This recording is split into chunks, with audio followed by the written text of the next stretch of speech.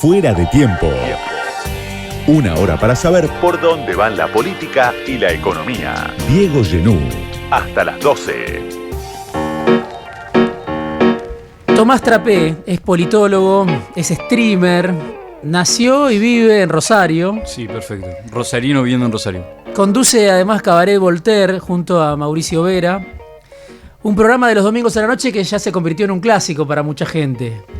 Es loco, ¿no? En un año. Sí. Ya es un clásico. Bueno, Sí. puede ser. Y hoy está acá en Fuera de Tiempo. Gracias, Tomás, por haber venido a Buenos Aires a charlar con nosotros. Bien. Bueno, hablamos de política y te quiero empezar preguntando por Milei y algo que mencionó, bueno, es una noción que incorporó y que le permitió llegar muy lejos. Habló de la casta, ¿no? La idea de la casta, y le ganó con eso a un peronismo que hizo campaña defendiendo la democracia, defendiendo la política. Te quiero preguntar cómo es tu relación, no sé si la relación de tu generación, dirías, si lo podés explicar, Sí. o tu mirada sobre la política, sobre los políticos profesionales. Claro. ¿Cómo pensás que se da esa relación hoy, ¿no? Entre política y sociedad, entre política Entiendo. y pueblo? Bueno, dos cosas. Evidentemente hubo un cambio. ¿Cómo lo vivió mi generación? Yo tengo 30 años. Tal vez, y hablar por una generación es mucho, pero a nosotros nos tocó ser como jóvenes oficialistas, ¿no? Casi como una contradicción biológica. Y evidentemente convocados por algo de ese imaginario que movió en algún momento el kirchnerismo. Eso no vale la pena negarlo y yo creo que parte de mi educación sentimental tuvo que ver con aquella década. Entonces, hasta ahí hubo una relación. Es verdad que a medida de que ese gobierno transcurría se acumulan decepciones, capas geológicas de decepciones y cosas desaprovechadas que terminan engendrando tal vez, en mi caso, una mirada crítica de aquellos años, bastante temprana, ¿no? Ahora parece eso como más popularizado. Y lo de Milei, bueno, sí, yo siempre lo entiendo como la medida del fracaso de la política. A mí, en lo personal, las derrotas dignas me parecen cada vez menos dignas. La de Milei no fue una derrota digna. Y me parece que inaugura también una nueva forma de... No sé si nueva forma de hacer política, pero sí veía en la trayectoria del liderazgo de Cristina y Milei cierto paralelismo. Creo que a Cristina en algún momento se la acusaba de ser una líder populista, ¿no? Sobre todo por la oposición UCR-PRO, y había como una acusación acerca de la forma, de la falta de republicanismo. Y a medida que Cristina se fue institucionalizando, empezó a hablar a través del Patria, empezó a hablar a través de sus allegados, incluso de sus ventrílocos, Milei planteó un liderazgo como un populismo 4.0, líder usuarios, ¿no? TikTok, Twitter mediante, y eso generó evidentemente otra velocidad a la hora de reproducción del mensaje. Y evidentemente, como todo cambio de época, las palabras cambian de significado, los símbolos estallan por los aires, y ahora estamos en un momento de caos, me parece, en lo que es, o lo que alguna vez fue, un orden político. Sí. Te lo pregunto también la idea de los políticos, porque vos insistís bastante con la idea de, bueno, cómo llegamos hasta acá, los que nos trajeron hasta acá, Claro. Cierta dirigencia que le tendría que rendir cuentas a la sociedad argentina y tiene prohibida la autocrítica. Digo, ¿cómo se da ese vínculo? Porque algunos dicen, frente a Milei hay que recuperar la política. Otros pueden pensar, bueno, esa política tiene que reinventarse, Claro. o así como va, puede ser funcional a Milei, ¿no? El tema es que, Milei es la política, ¿no? No es que es un fenómeno ajeno a la política. Sí, evidentemente, es un outsider. Mira, a mí la sensación que tengo yo es que la política está hace mucho tiempo como en una especie de control de daños.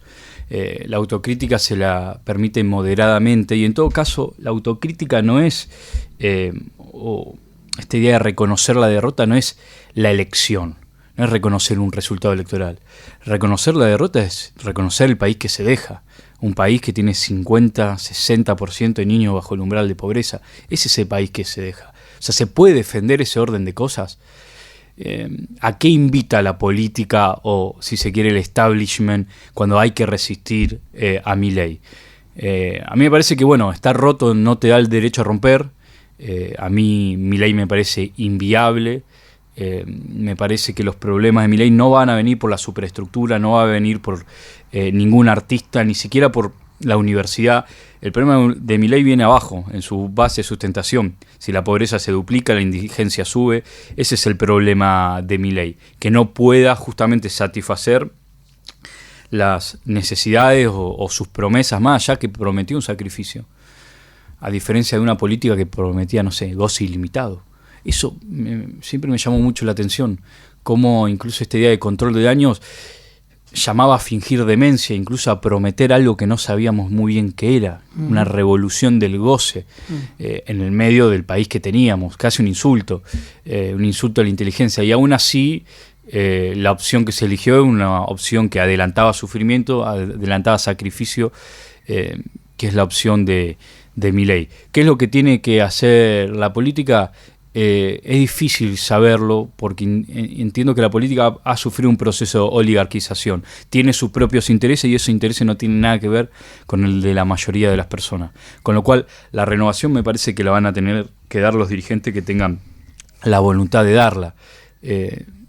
Una frase que me quedó resonando de uno de nuestros intelectuales orgánicos del ejército gris, de Jacob Católico, que extrajo una frase de Bioy Cáceres que decía que uno no puede ser leal a su pasado y su presente al mismo tiempo.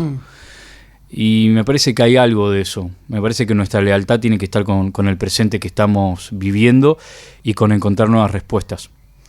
El peronismo está hace rato en un proceso de discusión, ¿no? No saldado, no se termina de saldar, sí, ni en la unidad ni en la división, porque el peronismo se dividió, surgió sí, el Frente Renovador, después apareció el Frente de Todos, y el proceso de debate sigue, hoy se está dando dentro del kirchnerismo, pero vos insistís mucho que faltan ideas, que falta programa, que hay una pereza del pensamiento, que todos especulan. Sí, yo y te quiero preguntar sí, algo, porque vos hablás de que hay que tomar riesgos, ¿no? Sí. ¿Qué sería tomar riesgos para esta nueva generación de gente que está vinculada con la política o que quiere reivindicar la política? Sí, a ver, o sea, lo que se me viene a la mente cuando vos me haces la pregunta es que para muchos de nosotros la crisis no fue el resultado electoral, o sea, no arrancó con el resultado electoral. Estamos hablando de una crisis que tal vez tiene 8 años, en términos de ideas. Quiero decir, lo que nosotros empezamos a percibir primero fue una falta de imaginación, incluso de pensar la política más allá del Estado. La política era solamente el Estado. Y eso para el peronismo es antinatural, ¿no? El peronismo que es pensado como un movimiento. Y crear un Estado sin pueblo, que es lo que terminó originando ese tipo de política, es contrario a lo que imagina, o lo que entiendo yo que el peronismo siempre imaginó, o lo que pensaba con una comunidad organizada. Me parece que correr riesgo también implica salirse de las viejas respuestas, de los lugares comunes, de hacer 2 pasos y mirar para atrás a ver si te está mirando tu mamá. Yo lo digo con claridad, a mí me parece que el sistema político en un momento se ordenó de una manera, con la centralidad de Cristina, donde generó un montón de personas que vivían de la extensión de la tarjeta de crédito de Cristina, pero con ninguna capacidad ni de generar valor propio ni ahorro. Entonces, en esa circunstancia, gente que fue consumiendo un capital ajeno, hoy en día no tiene respuesta, pero porque tampoco en ningún momento originó ni siquiera sus propias preguntas. Y ahora hay como una especie, ¿no?, de... no sé, Cristina vuelve a tomar protagonismo de nuevo, es una figura obviamente importante, pero los liderazgos se renuevan. Digo, hasta Perón se le discutió la conducción. Y me parece que hace falta un poco de coraje también. Hace falta pensar más en la idea y menos en los cargos. Capaz que si se piensan solamente en los cargos, bueno, las respuestas correctas en términos de eficiencia política sean, bueno, quedarse cerca de la foto, total alcanza, ¿no? Ahora bien, yo pienso es que se nos escapa un país, se nos va un país. Y ahí no queda otra que correr el riesgo. No hay caminos cortos, no hay contención de daños ya con Milei presidente. Ya el peor de los escenarios está concretado, con lo cual me parece que los caminos que quedan son largos, son dolorosos, son de autocrítica honesta y son lentos. En el trabajo que vos hacés, en el trabajo que hacen en Cabaret Voltaire, se plantea siempre una idea de ir al pensamiento nacional, hablar del interés nacional, ¿no? Claro. Hablar de las ideas, del programa, y algo que aparece es el peronismo está defendiendo un orden liberal, ¿no? Desde hace tiempo, algo que dijiste en algún momento. Sí. Ahora, ese orden liberal, ¿cuándo se asocia al peronismo? Porque uno podría pensar, eso viene de Menem y nunca se interrumpió. Uno podría pensar, eso unifica a todas las variantes que hoy están discutiendo entre sí, digo, desde Quintiela a Kicillof, Claro. Hasta Cristina o Massa. Sí. ¿Cómo es ese orden liberal? No, a ver, ahí vale la pena hacer una aclaración. A mí me parece que, y esto se lo he leído a Alejandro Galeano, a Bruno Bauer, a mí me parece que todos somos liberales o neoliberales. Digo, yo nací en el 93, fui socializado y criado en un mundo liberal, de hegemonía liberal, y hay algo de mi subjetividad que está moldeada a partir de eso. Y es verdad que el peronismo... yo creo que a partir del 2003, después del 2001, cuando estalla todo en ese reseteo que hubo del sistema, no lo digo ni siquiera como una crítica. Yo creo que Néstor, cuando mira hacia atrás, no piensa en comunidad organizada, no piensa en Vuela, no piensa en el filósofo de la CGT. Piensa en Alfonsín, piensa en la introducción del peronismo a ese orden liberal occidental. Y él pensaba, el kirchnerismo me parece que se pensó a sí mismo como ese orden de centroizquierda, si se quiere. Y en ese mundo, hay cartas que ya están repartidas, Argentina tiene un lugar, pero ese ecosistema global cambió mucho estos años. Hoy el mundo está desordenado, hoy emergen los nacionalismos, pareciera ser que hay algo de esa negociación que se puede revivir, o se puede reanimar, o se puede volver a dar. Los países mueven fichas, no es un orden unipolar, o por lo menos no como lo estábamos imaginando a principios de siglo. Entonces, a principios de siglo. Entonces, me parece que hay una posibilidad ahí en el nacionalismo, y hay que entender al peronismo como la última manifestación del movimiento nacional en Argentina. Me parece que hay que entender el peronismo como en algo más grande, porque si no terminás haciendo peronismo para peronista, no tiene ningún tipo de sentido. Hay un meme muy gracioso que es una persona, un tipo hablando de una mina al oído y la mina mirando para otro lado. Bueno, me parece que el peronismo tiene que evitar un poco eso.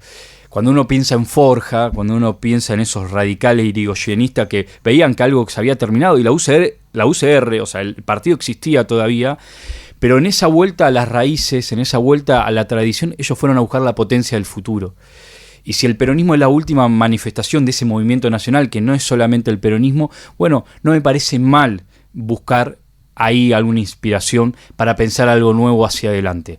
Los escenarios cambian, e insisto con esa frase, no se puede ser leal al presente y al pasado al mismo tiempo. Me parece que la lealtad tiene que ver con el presente, con las cartas como están repartidas, y hay que construir con imaginación y sobre todo con mucha voluntad.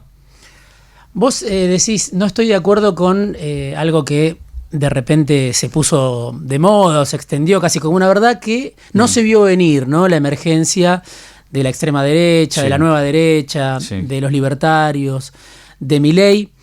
Ahora, ahí en esa derrota de Unión por la Patria confluyeron varios fracasos, ¿no? No solo el del kirchnerismo, podríamos decir, que era, la matriz fundante, porque Cristina fue la que armó esa fórmula, la que puso a Alberto, la que aportó la mayor parte de los votos, pero al mismo tiempo fracasaron ahí, uno podría decir, el PJ antikirchnerista, el progresismo antiperonista, que vio en Alberto, ¿no?, una forma de redimirse de la impotencia. Sí. ¿Cómo analizás ese fracaso del que nadie se quiere hacer cargo? Porque todos dicen, yo no perdí, ¿no? Bueno, exactamente. O sea, hace poco en una entrevista también me decían, hablan de Alberto Fernández, que no representó a nadie. Y yo le dije, ¿vos estás seguro? Digo, para mí Alberto Fernández fue un gran representante de esa coalición, de esa época. Alberto Fernández era el profesor universitario que ponía el culo en el escritorio y te obligaba a escucharlo tocar la guitarra aunque tocase mal. Alberto Fernández era el que decía que había tumbado el patriarcado y después los escándalos de Alcoba. Alberto Fernández era esa hipocresía y representó muy bien esa coalición, que fue una coalición de eufemismo. Fue todo el tiempo decirle a las cosas por otro nombre, como si en el lenguaje se pudiese torcer la realidad. Y para mí fue un buen representante de todo eso. Obviamente inesperado, porque fue el dedo de Cristina, la eligió ella, fue su responsabilidad y evidentemente también fue su error. Y hay algo que insisto con este diagnóstico del control de daños, que si vos pensás más en los cargos, o sea, si el cálculo es más de eficiencia política, ¿qué me conviene a mí en el reparto del Estado para no quedarme afuera? Y bueno, siempre esos cálculos te van a arrojar quedarte cerca de la primera mayoría, o de Cristina en la opción de Alberto que fue en su momento. Digo, ¿cuánto tiempo más se puede permanecer? O sea, ganó Milei. Uh-huh. O sea, hay una verdadera conciencia acerca de lo que implica eso. Realmente se arrinconó a un pueblo a la locura para que eso pasase. Miraba un video de Milei tratando de soplar una velita de las que no se sopla en un programa. Y decía, bueno, es increíble. Ahora bien, no hay que esconder que es tan estridente como el fracaso mismo de esa política, de esa coalición. Y obviamente que no es solamente el fracaso del kirchnerismo, también será el fracaso del PRO, que sin dudas Macri terminó primero apoyando a Patricia en lugar de a Larreta y finalmente posibilitando que Milei sea presidente. Hay algo más que Cabaret Voltaire pone en escena, y ustedes lo plantean, que es la relación entre la dirigencia política y los aduladores o las usinas de ideas que promueven, difunden, amplifican lo que dice la política desde un cierto centro, ¿no? Como se va construyendo una realidad... Sí, una industria es. Sí, una industria, algo ficticio. Digo, ¿cómo ves esa realidad? Ustedes dicen, o vos decías, creo, nadie quiere dar malas noticias, entonces aparecen formadores de opinión que amplifican lo que dice tal o cual sector de la coalición de gobierno. Sí. Digo, ¿cómo ves eso y por qué Cabaret Voltaire, o el trabajo que ustedes hacen, trata de romper un poco ese vínculo, ¿no? Donde la política, el periodismo, los intelectuales son todos más o menos lo mismo, ¿no? Claro. No sé, a mí me parece que hay una industria armada que tiene que ver también cómo sectores han desfinanciado y quiénes pasan a ser los mecenas de ese sector. Me parece que al periodismo le pasa eso. Uh-huh. Creo que el periodismo, uno de sus mayores inversores actualmente es la política. Entonces, vos le das a tu jefe una mala noticia, vos le decís a tu jefe se está equivocando, o que vamos a morir. Claro, o que es un boludo directamente. O sea, vos estás dispuesto, me parece que... Entonces hay algo de ese ecosistema armado de esa forma que genera todo el tiempo medianeras. Uh-huh. Y es un tema porque cuando uno hace un programa y genera eso que se llama comunidad en internet, la comunidad te levanta una medianera, ¿no? Y uno cae en la tentación de darle a la comunidad todo el tiempo lo que quiere recibir. Nosotros intentamos hacer lo contrario, no darle a la comunidad lo que está esperando, y por eso hay una búsqueda que es más introspectiva y que tiene algunas secuelas o termina manifestándose y que genera una conversación que es media errática, ¿no? En las posibilidades que nosotros tenemos desde Rosario para hacer el programa. Pero de cualquier manera me parece que la respuesta es esa. Me parece que hay un sistema de incentivos que acorrala la política o genera un ensimismamiento en donde tanto como políticos, comunicadores, intelectuales les cuesta salir, ¿no? Nadie va contra su interés en esa estructura.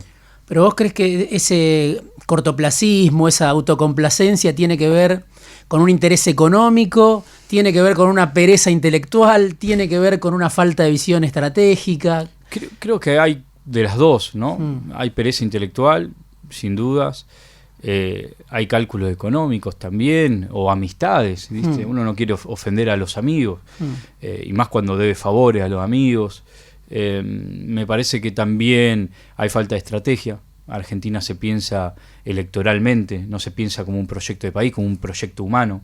Es muy difícil, ¿no? Cuando la industria de las elecciones cada 2 años entra en guerra y se deja, y bueno, es una frase remanida, pero lo primero que se pierde es la verdad. Entonces, si vos estás yendo a la guerra cada 2 años, ¿cuál es el momento para decir la verdad? ¿Cuál es el momento para la autocrítica, ¿no? Que encima siempre termina siendo como lo de Alberto Fernández, esta idea de que Alberto puede sintetizar el fracaso de un gobierno que la mayoría cobró del primero al último día y formó parte del primero al último día, como para decir, no, fue Alberto solamente. Que al mismo tiempo, Alberto, ¿quién lo puso? ¿Por qué está ahí? Es muy loco eso, porque en teoría política uno diría que la soberanía la da el pueblo, pero en el caso de Alberto la dio el dedo de una persona. Entonces es un tipo de liderazgo medio antinatural. Es complicado, realmente veo alguna oportunidad en la generación sub-35, simplemente por arrojo o por falta de precaución a la hora de opinar y decir cosas que puedan engendrar nuevas realidades. En definitiva pensamos con palabras, entonces esas palabras hay que cuidar muy bien cuáles usamos.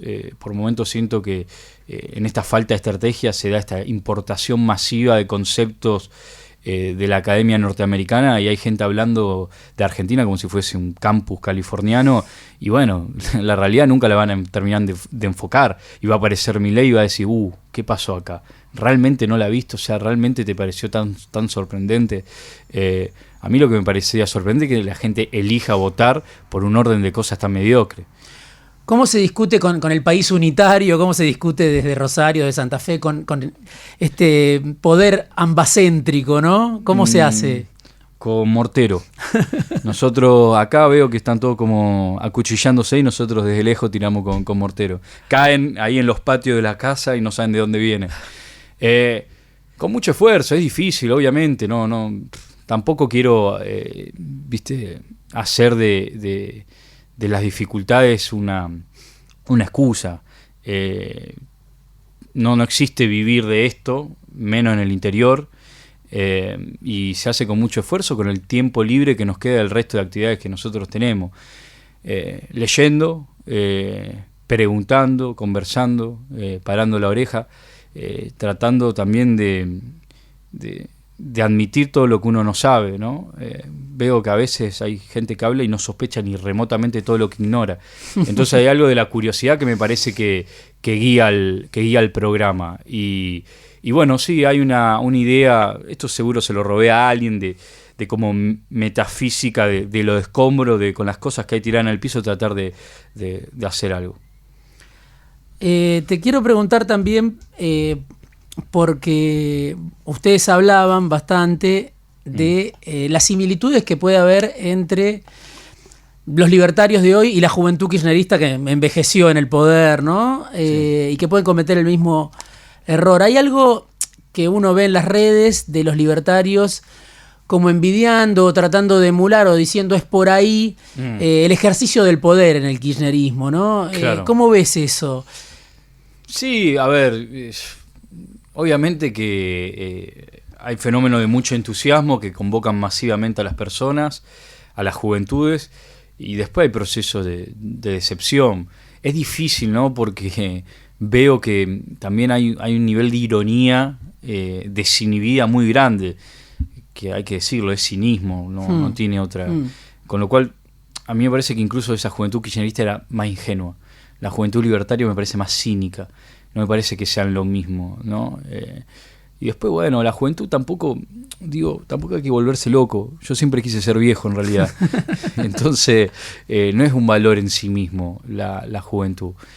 No, me parece que hay que escuchar más a los más grandes, a los que tienen algo para contar.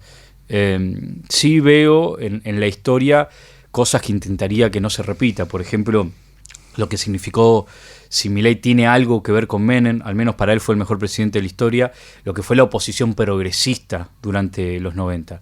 Hay que recordar que Menem ganó 2 veces, la segunda con más votos que la primera, y esa oposición que hizo el progresismo cultural, estética, esa crítica a lo grasa, a la pizza con champán, terminó engendrando la alianza.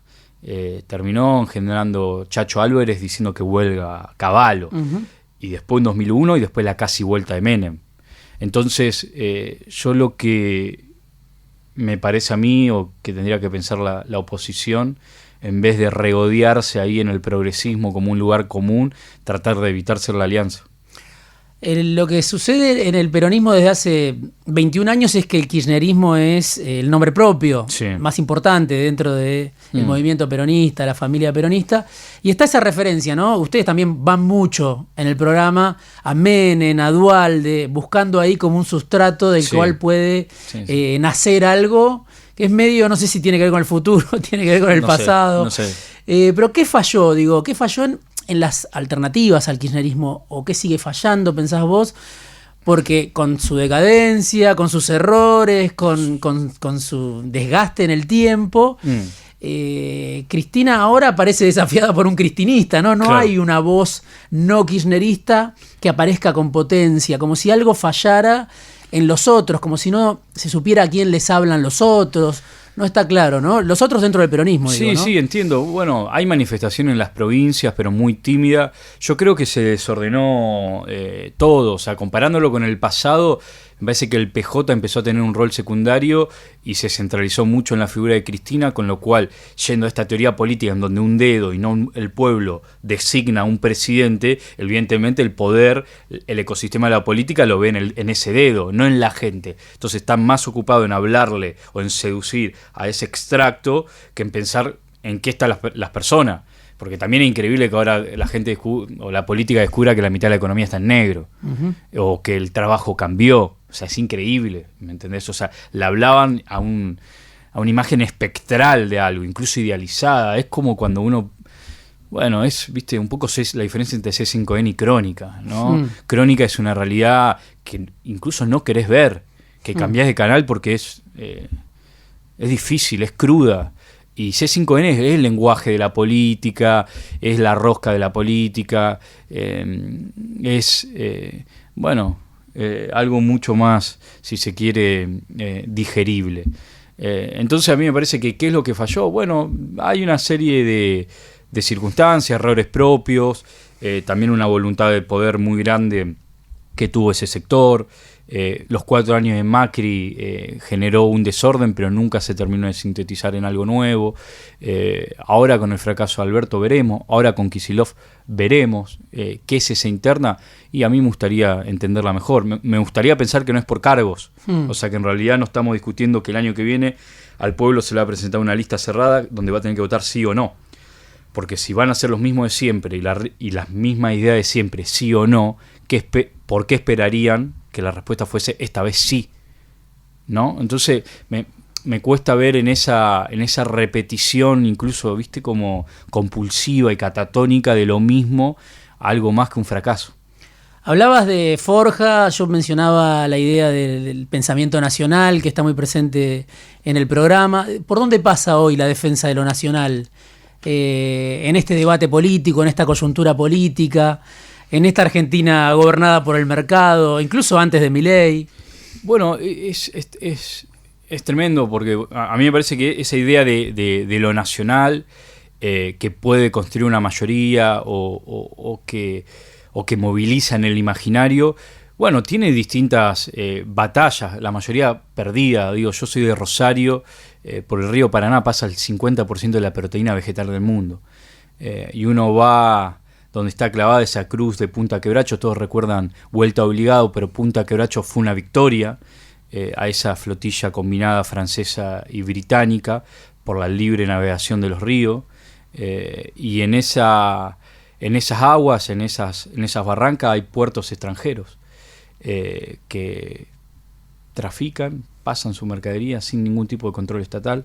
Vicentín fue una oportunidad perdida, al menos para tener una empresa testigo de un fenómeno en que el comercio exterior básicamente es la soberanía deseada, ¿no? O que de repente deberíamos recuperar.